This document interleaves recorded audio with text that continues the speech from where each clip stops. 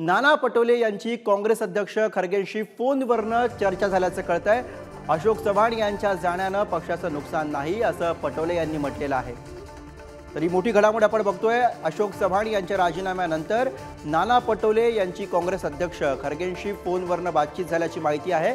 अशोक चव्हाण यांच्या जाण्यानं पक्षाचं नुकसान नाही असं पटोले यांनी खरगेंना सांगितलं। थेट जाऊया दिल्लीवरनं आपले प्रतिनिधी शिवाजी काळे सध्या आपल्या सोबत आहेत। शिवाजी, आपण या जर का घडामोडी बघितल्या तर सातत्यानं नाना पटोले यांच्या विरोधात काँग्रेसमधनं उमटणारा नाराजीचा सूर आज तातडीनं पटोलेंनी दिल्ली गाठणं आणि त्यात न झालेली भेट या सगळ्याचा काय अर्थ काढायचा?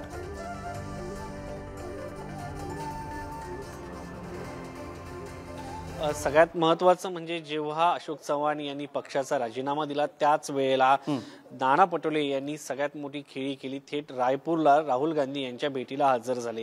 ही भेट घेतल्यानंतर ते राजधानी दिल्लीमध्ये हजर झाले आणि त्यांनी काँग्रेस अध्यक्ष मल्लिकार्जुन खरगे यांची भेट मागितली। केसी वेणुगोपाल यांची देखील भेट मागितल्याचं कळतंय। मात्र या दोन्ही नेत्यांकडनं त्यांना थेट सूचना देण्यात आल्या की तुम्ही राज्यात जा, राज्यामध्ये पक्ष सांभाळा।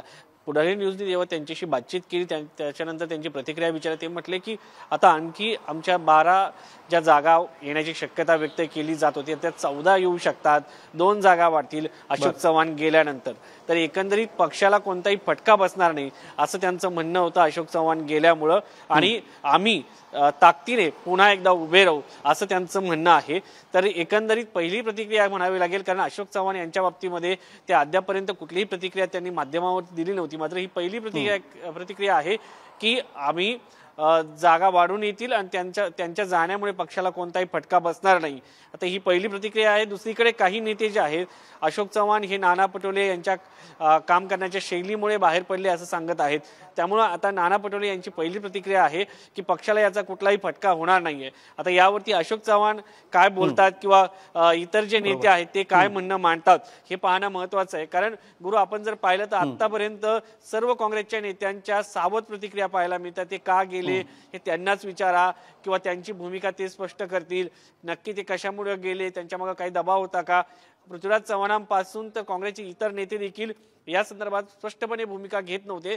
मात्र नाना पटोले यांनी आता पुन्हा एकदा एक स्पष्ट भूमिका घेत म्हटलेलं आहे त्यांच्या जाण्यानं पक्षाला काही फरक पडत नाही असा दावा आता।